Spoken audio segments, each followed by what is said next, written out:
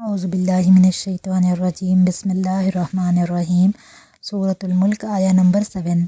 تو الحمدللہ ہم اس آیت تک پہنچ چکے ہیں۔ تو دیکھیے کہ جب میں اس سورہ کا تشریح سمجھنے کی کوشش کر رہی تھی تو الفاظ اور جو معنی ہے اتنا سمپل ہے ان آیتوں کا، اور آیتیں بھی چھوٹی چھوٹی آیتیں ہیں، لیکن سبحان اللہ اس کی تفسیر اتنی وسیع ہے اور اتنی زیادہ ون آف دا اسکیریسٹ آیتیں جو ہے اس سورہ کے اندر ہیں۔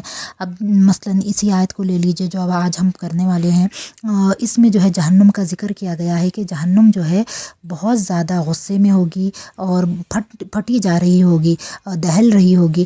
تو اس سے کیا پتہ چلتا ہے کہ مطلب اس کے دہاڑنے کی آواز آ رہی ہوگی، تو ہم امیجن بھی نہیں کر سکتے کہ یہ کس طرح کی مخلوق ہے۔ اس کو اللہ نے بنایا ہے، جنت اور جہنم دونوں کو اللہ نے پیدا کیا ہے، اور اللہ تعالیٰ پورے قرآن میں کئی جگہوں پر جو ہے اپنے جنت کا، اپنی جہنم کا ذکر کرتے ہیں، اور جو ہے ہمیں امید دلاتے ہیں کہ نیک عمل کرو گے تو جنت ملے گی، اسی طرح برا عمل کرو گے تو جہنم ملے گی۔ ڈراتے بھی ہیں، جیسے کہا گیا کہ رسول اللہ صلی اللہ علیہ وسلم اور قرآن دونوں ہی جو ہے بشیر و نذیر، یعنی کہ ہمیں بشارت بھی دیتے ہیں، خوشخبری دیتے ہیں جنت کی، اور ڈراتے بھی ہیں کہ جہنم ملے گی اگر ہم نے اللہ کی نافرمانی کی۔ تو یہاں پر جو ہے اللہ تعالیٰ صاف کہہ رہے ہیں کہ جہنم جو ہے غصے سے، غضب سے پھٹی جا رہی ہوگی۔ تو ایسا کیوں ہے؟ کیونکہ سوائے جنوں اور انسانوں کے کائنات کی ہر مخلوق کو اللہ کی معرفت حاصل ہے، اللہ کا تعارف حاصل ہے، اللہ سے ڈرتے ہیں۔ کائنات کی ہر مخلوق، جیسے کہ پچھلے آیتوں میں بھی یہ تفسیر میں آیا تھا کہ ہر مخلوق کائنات کی جو ہے اللہ کی عبادت کرتی ہے، اس کے حمد و ثنا بیان کرتی ہے۔ ہمیں معلوم ہے کہ داؤد علیہ السلام جو اللہ کے نبی تھے، ان کے ساتھ ساتھ پرندے، پہاڑ، ہوائیں، ہر چیز جو ہے ان کے ساتھ اللہ کی حمد و ثنا بیان کرتی تھی۔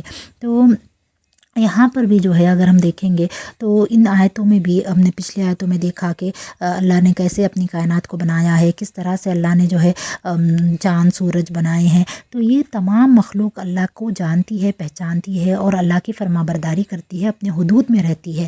لیکن انسان ایک ایسی مخلوق ہے جو کھلم کھلا اللہ کی نافرمانی کرتا ہے، کھلم کھلا جو ہے شرک اور دوسرے تمام وہ کام کرتا ہے جو اللہ کے غضب اور غصے کو ابھارتے ہیں۔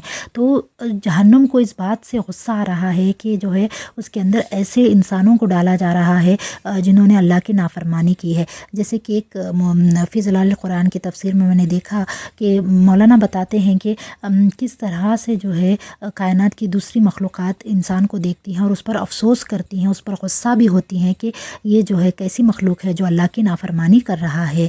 تو آپ سوچئے کہ اگر آپ کا کوئی بچہ ہے جو غلط کام کر رہا ہے اور جو ہے آپ کی فرما برداری نہیں کر رہا، تو آپ کو اس پر کتنا غصہ آتا ہے کہ ارے میں اسے کیا بول رہی ہوں اور یہ کیا کر رہا ہے، کیوں ایسے کر رہا ہے۔ ایک دم غصے سے ہم کانپنے لگتے ہیں، ہمارا غصہ اگر عروج کو پہنچ جائے تو ہم اس کو مار بھی دیتے ہیں، اس پر چلانے بھی لگتے ہیں۔ تو سوچئے کہ جہنم کو کتنا غصہ، کتنا چڑ آ رہی ہوگی، یا اسی طرح کائنات کی دوسری مخلوقات کو بھی جو ہے اس بات کا کتنا احساس ہوگا کہ جو ہے انسان کس طرح سے کھلم کھلا اللہ کی نافرمانی کر رہا ہے۔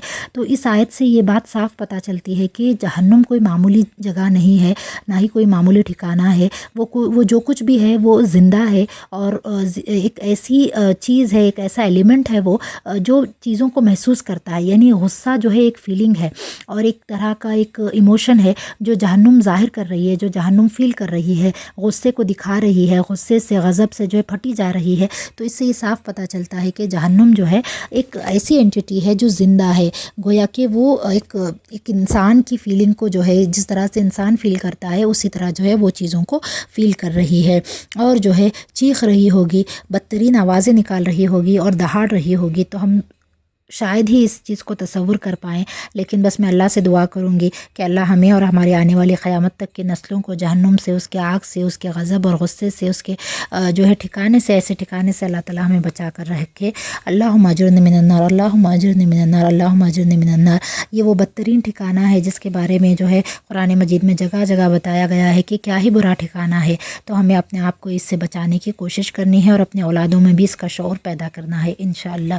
تو اس چھوٹی سی آیت کا جو تفسیر یہاں پر ختم ہوا۔ امید ہے کہ آپ کو یہ آیت سمجھ میں آئی ہوگی۔ پلیز اس کو شیئر کریں، لائک کریں، کومنٹ کریں، اور جو ہے دوسروں تک پہنچائیں۔ جزاک